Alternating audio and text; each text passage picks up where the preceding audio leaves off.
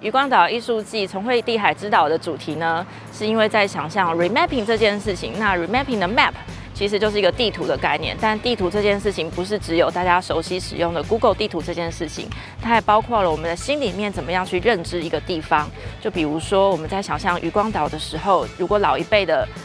台南人或是老一辈的可能会说三鲲生。他不一定会说渔光岛，因为三鲲生是他记忆里面的名字，或是你可能会说是以前的秋茂园那边，秋茂园可能是你对渔光岛的认识，小时候全家一起来玩的那个回忆。那也有可能你认识渔光岛的时候，它已经是渔光岛了。所以我们就在想象，以不同的角度收集了外在的环境，还有我们内在对渔光岛的想象，那创造出这次邀请6位艺术家来带给我们的作品。艺术其实是无所不在的，然后整个渔光岛的本身其实就是艺术的一部分。那希望可以透过作品的点缀，然后去强化这个岛屿的这个本质跟岛屿的特性。我觉得这块土地有一个温暖的感觉，温暖我觉得疗愈是最重要的。就是人家说没有什么是睡一觉不能解决的，但是我觉得渔光岛是没有什么是你看海不能解决的事情，所有事情你只要来到渔光岛上面都会烟消云散。我觉得这件事情是小朋友每年都会期待，他们每次都会期待说，我的作品会出现在渔光岛上面。那我觉得这件事情算是蛮难能可贵的，而且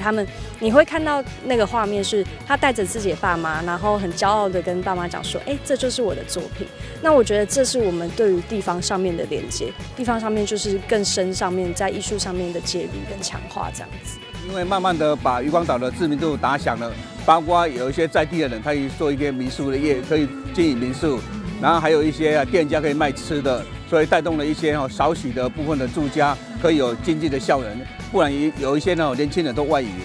了，年轻人就会愿意回来这边来做一些生意，可以有赚钱的机会这样子。掌握施政3分钟，台南进步向前冲。我们很多台南市民朋友们已经把渔光岛当做一个非常让人家可以最亲近的一个海滩的了，就离市中心区那么近。随着庶民的生活以及我们艺术家的视野，有不同的诠释。今年的渔光岛艺术节，在各位老师的诠释之下，有非常非常让人惊艳的一面，也可以让一般民众看到每次的渔光岛艺术节都有很多不同的想象。那祝福我们接下来的这个艺术节能够开启台湾艺术的新的一面。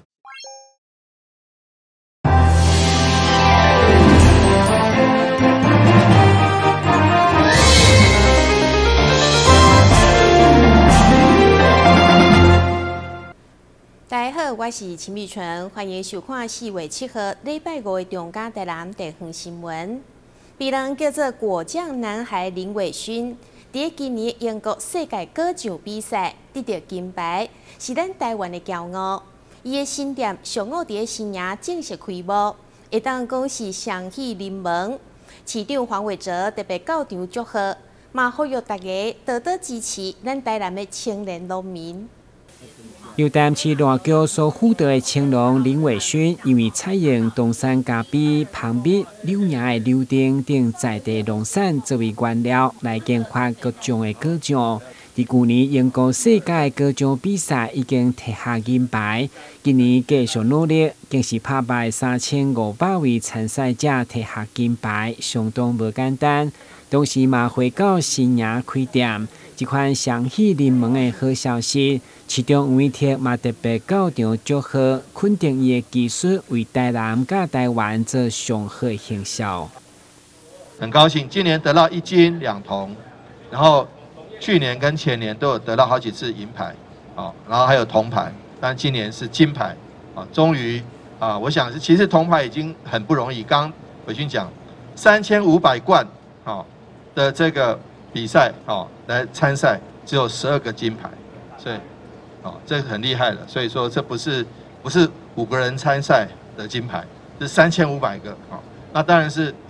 分各组所以谢谢伟勋来为我们台南带来这么好的这个荣耀。那也祝福我们伟勋的新店开张哦，刚看到大家都贴红纸了那个新店开张能够这个大卖。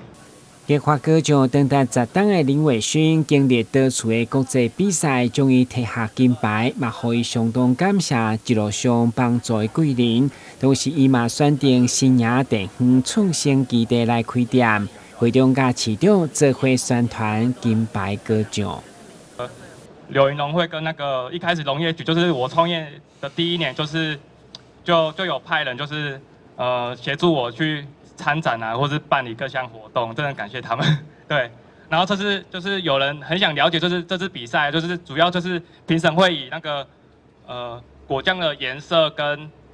外观，还有那个味道还有那个滋味来评分。然后他们觉得我们的食材就是非常的优质，就是像台南的橘子柠檬还有咖啡蜂蜜，就是非常的独特，因为国外没有这些食材，像我们的橘子的品种，其实就是国外就没有。对就是真的很感谢大家帮忙，就是第4年才就是终于夺金。对，谢谢大家。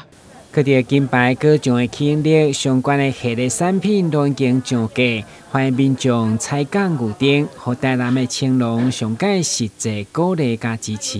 台南新闻管制何秋芳采访报道。内政部营建署针对学生通学报道的部分，在今年编列50亿的经费，预计要改善800个学校危险路段。不过到目前为止，申请的件数却只有50间学校左右。所以立委郭国文特别邀集中央甲地方政府共同会勘，希望台南市政府会当扩大范围提出申请。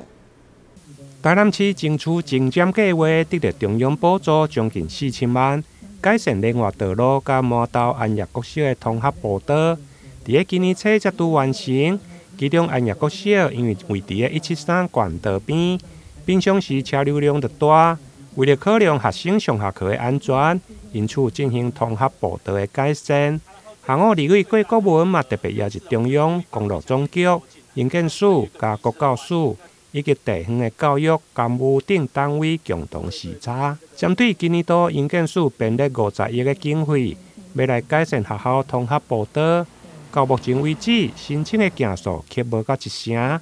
因此立委甲中央呼吁，希望地方政府会用扩大办理申请。今天最主要其实是营建署有一笔学童步道的这个预算那这个预算牵扯到学童这个上下课的一个安全，那也牵扯到人本交通的一个建构。那我们期待呢这笔预算呢能够更加的普及，能够加惠到更多的校园那据我们的理解全台南市的有200多间的学校那虽然有一部分学校有意识到有警觉到那个学童步道安全的重要性，但是有一些学校也未必可以理解。刚好营建署有编列这样的预算，我们其实非常鼓励许多的学校能够来积极来争取，建构一个人本交通一个安全的一个环境。因为我们第一次下来，用发文方式请地方提报那可能都是因为学校方面他们过去有自己的审核机制，所以比较慢。那我们希望这一次。市府这边能够扩大了因为我们不希望只有学校周围，而是用通学步道的概念，把周遭的街廓，包含重要的机关、医院、商场都可以纳进来。那我们希望这样扩大以后，在市府这边是在市府的一层，能够整合相关的局处一起来做改善。那这样的话，可以彻底解决学童上下学的这个通学步道的问题。那也希望借由这一次呢，来推广，来降低这个学童这个车祸肇事率的问题。那甚至借由这样的改善，可以让这个校园周边变成非常好的一个居住的一个环境营建署表示，目前全国列管的危险路段学校有800间左右，不过到目前为止提出改善申请的才50间而已。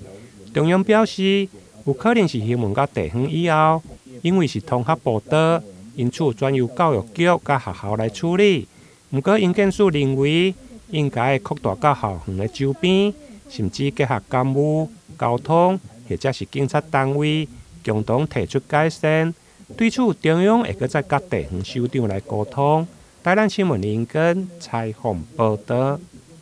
为了鼓励认真读册、加课业进步的小朋友，台南市家长联合会今年第一届举办甲囡仔相约食早顿活动。4月7号，前往南区新兴国小，甲40位小朋友做伙食好食的早顿，鼓励学生爱继续认真学习。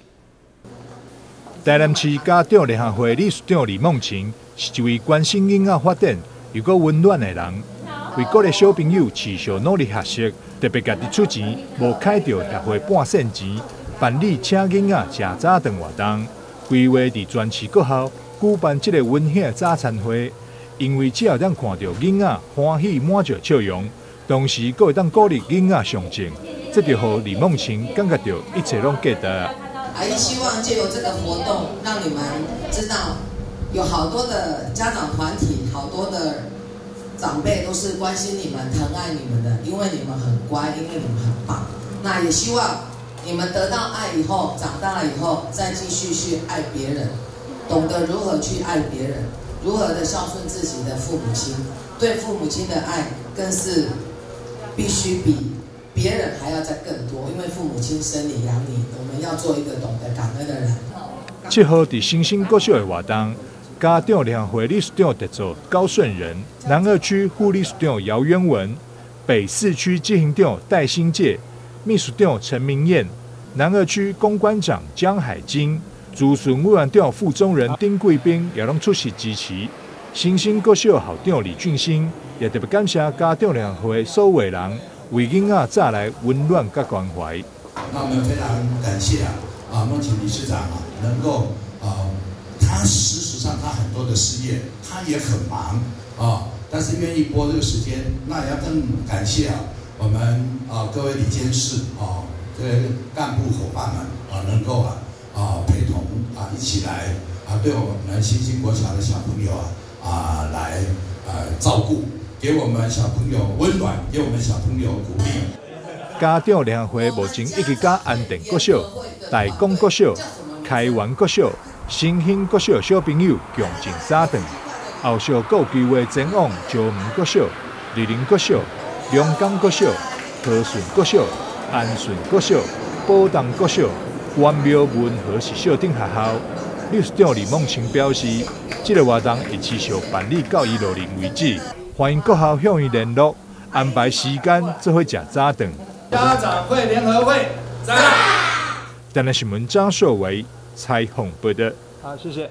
为了发扬前总统李登辉推广台湾和牛的理念，生物科技公司董事长刘太英甲台南小肉店自创品牌合作，要用一块一块现切的原肉来挑战台南人经济的嘴。开幕动工，场面热闹滚滚。但市政府周边的餐饮街市，甲那小肉品牌的至少北京已经是一级战区。3年前嘛选定这投资的高明辉，虽然拄到疫情冲击，不过一直拢有经营梦想伊坚持落来。现在自创品牌伫4月3号正式开播。东港都有上顶级的 A5 和牛开幕表演，教大家如何选买甲料理来吸引众人眼光。良辰一到嘛，举办盛大的赠菜仪式。贵宾请用节，祝福们导航正式开幕。那我自己本身很喜欢日本料理，日本料理就是要呈现原味食材最原始的风味嘛。对，那所以呢，我就特地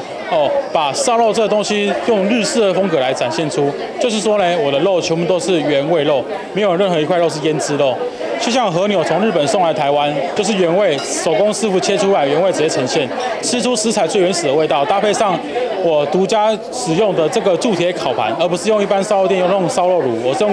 铸铁烤盘、铁板的概念去锁住这个肉最原始的风味跟原味，来呈现肉最美辣反应最漂亮的那个部位。对，那是我坚持。为了互民众食到牛肉原汁原味，该餐厅引进的原肉，正是前总统李登辉所成立，也是台湾唯一研发本土和牛的产业公司，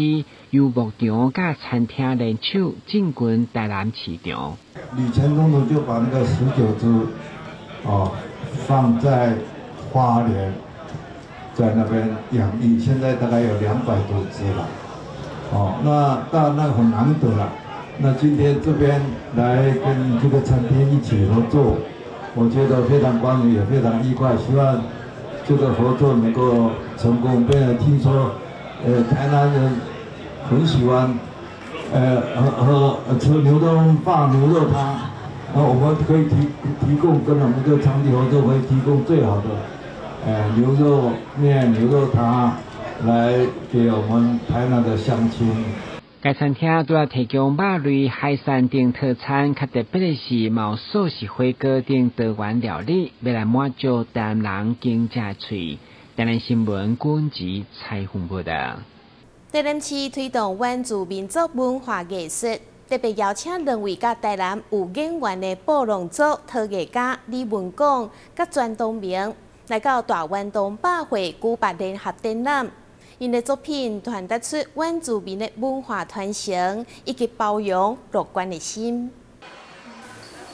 两位布农族的陶艺家咱第一档联合展览开幕第一天，除了亲友捧场，也去卖酒来百会世界民众听下脚步欣赏。台南市原住民族事务委员会为互更较侪民众知影，7号特别举办开展记者会来宣传，嘛邀请查哈姆甲舞节用原住民优美的传统歌谣来做阵，希望互大家看见不只是陶艺本身，而是文化艺术的内涵。那布农族他们其实在艺术上面，越来越被发现他们的那个优点哈，所以我们希望把2个在台南发迹的原住民的这些陶艺家，他们的作品我们可以做一个联展。那我们在一开始洽谈的时候呢，2位艺术家的兴致都很高，他们都很愿意在台南，因为台南对他们来讲是一个重要的回忆，然后在这个文化古都里面培养他们的文化，然后他们也在这里学陶艺，所以他们愿意一起合作，然后来展出这一次。他们有多样的作品，都是全国得奖的作品哈。虽然数量不多，但是都是精华。那我们希望这样的展览也可以把原住民文化推广在我们台南市，然后也是全民原教的一个开始哈，也让市民朋友们可以接触原住民文化，然后也了解原住民文化。两位艺术家因为创作初期拢甲台南有渊源，所以伫作品的形式甲主题拢有无共程度的文化影响。不过共款的就是丰富的原创性，以及对原住民族的关怀。这回12组的作品嘛要传达因乐观甲包容，用美笑来看待所有无公平。我们台湾的16个原住民用共同的精神意识来把这样子的一个事件呢，用精神意识来的话，我倒觉得是最有意义，也最有效果。我们知道那个纳马夏哈，曾经发生过很严重的土石流，这个像一个瓮一样，表示我们台湾的所有的老百姓呢，都非常的对他们投入了很多的爱心。还有我的所有的作品里面，也都包含了一个包容，大家希望在这个台湾这块地哈，能够互相的共荣共存啊。在过去讲说布农族没有艺术，没有艺术品的东西，可是这个时候，当我看到 Beyond 的那种超意象的那种创作，那也让我效仿他如何在那个艺术品的创作里面融入我们族群，融入我们台湾的文化。对，这个是我一直在这么多年来一直在走的路。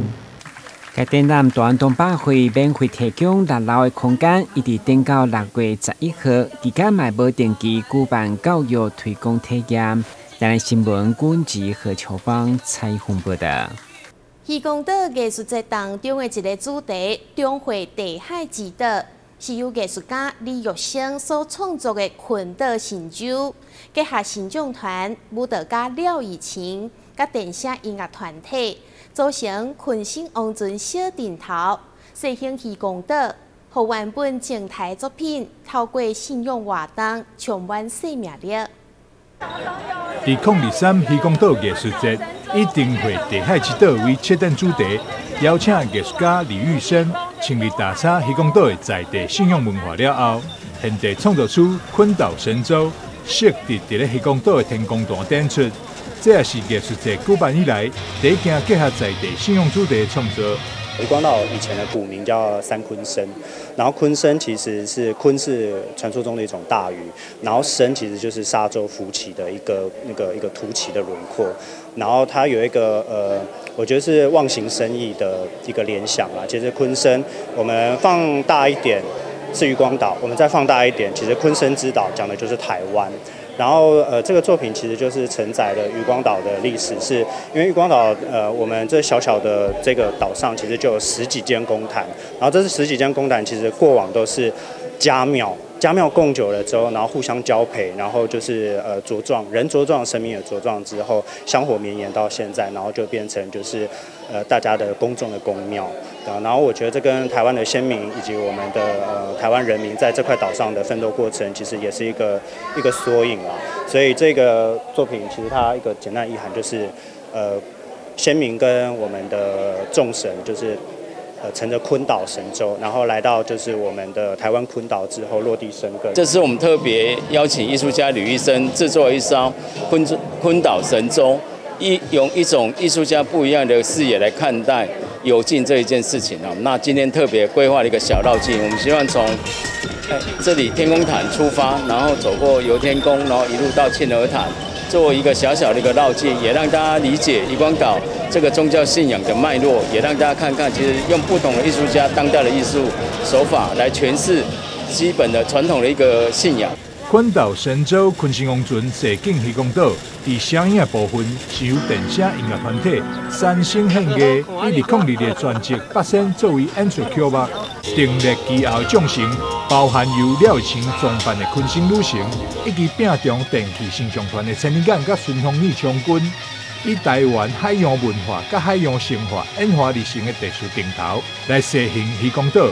活动，也成为这届艺术节亮点之一。台南新闻张硕维采访报道。台南一位40岁女士，因为长期偏头痛严重的时阵，每个月会发作20天，常常食止痛药啊，被诊断为过度使用止痛药啊，已经食药啊食到调的，后来使用标靶性药啊 CGRP 单株抗体，搭配运动、疏解压力等等的治疗。2个月后，偏头痛发作的频率大大降低，大约1礼拜才会发作1次。偏头痛是一种反复发作的头痛，而且痛痛位置并无局限伫头部倒一边，伫后脑也就是安那滚拢有机会会发作。除了头痛，患者佫可能会并发晕眩、恶心呕吐、惊光、惊吵、对气味敏感等症状。台南一位40岁妇女就有严重偏头痛症状，严重时一个月爱痛20多天，也造成伊有食止痛药的习惯。我们的案例是一个40几岁的张小姐，那她从年轻20岁开始就有长期的头痛，大概每个月可以痛到20几天，甚至每天都在头痛的程度。那来我们门诊的时候，她的止痛药服用的频率非常的高，甚至可能是家里或包包都随身备着一些止痛药备用这样。经过检查甲讨论，医师采用有防用药以及标靶新药 CGPR 单株抗体为中小者的治疗。我跟他讨论，然后也帮他做了一些检查之后，开始用一些口服的预防用药，甚至开始有注射一些新型的标靶 CGRP 的单株抗体之后，他头痛在2个多月之后下降的非常的多，而且也开始对止痛药的依赖就没有这么高，大家可以降低到1个礼拜不到1天的程度。经过治疗，这位中小姐目前1礼拜大概只会痛1天，甲过去1个月爱痛20多天的状况来比较，已经好太济啊！这让中小姐找回好的工作效率以及生活品质。台南新闻张硕维采访报道。感谢你收看4月7号的中嘉台南地方新闻，我是秦碧纯，咱再会。